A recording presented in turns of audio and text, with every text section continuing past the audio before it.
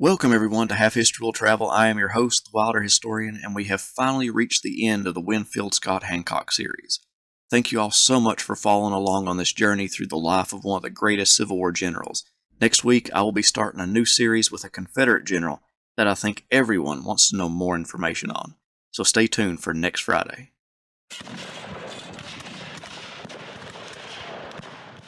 Following the defeat in the presidential election of 1880, Hancock was hit with more grief in his own personal life. His chief of staff, General William G. Mitchell, who he had known and been friends with since the Battle of Williamsburg, passed away in May 1883. His mother-in-law, who lived with Elmira in Winfield, died the month before, and in December of 1884, his son Russell died at the age of 34 in Mississippi after a brief illness. Ada's death was not far from his mind either. Since she had passed, he had been very busy fulfilling her last wish, that she not be buried in the ground, so he designed a vault, and the construction was oversaw by his lawyer friend from Norristown, Pennsylvania, B.E. Chain. Hancock designed it to be big enough to later rest Ada and himself. Elmira wanted to be buried with her family in St. Louis, and no amount of pleading from his wife could convince him not to be buried in Norristown with Ada, the location of his boyhood. Chain not only helped him with the vault, but when Hancock needed financial help, Chain loaned him the money. Winfield always insisted on paying back the money with interest, and he never failed to make a payment to his friend. One reason that money became an issue for the general was that he had to give money to his twin brother Hillary, whose law practice in Minneapolis suffered from Hillary's alcohol addiction.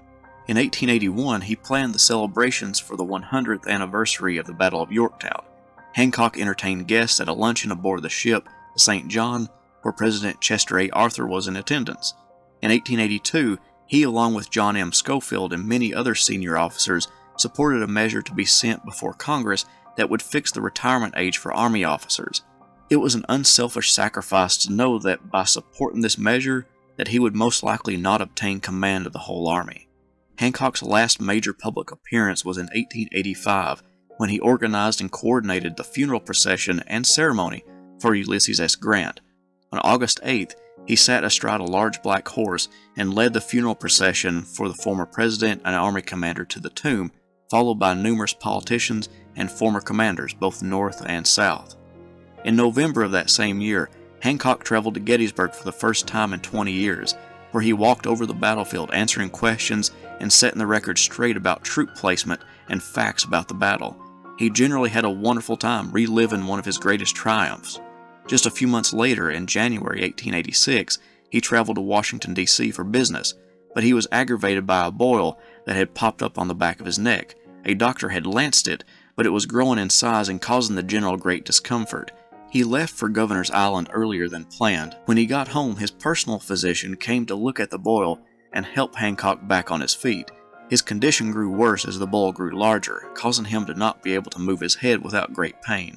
Over the next few days, he would appear to be getting better, only to have a setback the next day. On the morning of February 9th, another doctor was called in after the general became so weak that he could barely speak, and an examination of his urine concluded that he was suffering from diabetes, which was exacerbating his problems. At 2:55 p.m., Hancock drew a long breath.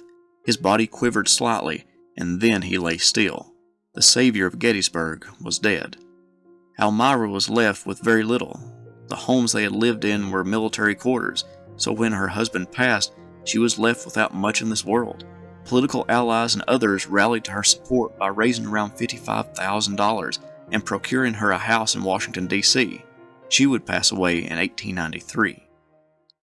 Monuments were erected all over the country honoring the great general. His reputation as a superb soldier endeared him to all Americans, and he would go down as one of the country's best military leaders. Former President Rutherford B. Hayes, despite being on the opposite end of the political spectrum, wrote the following a few days after Hancock's death.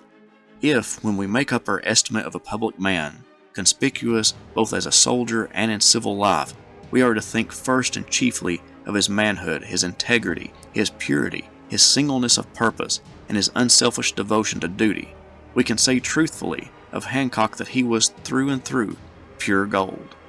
When the statue of Hancock was unveiled at Gettysburg, Henry H. Bingham, a member of Winfield's staff, said, "One felt safe when near him."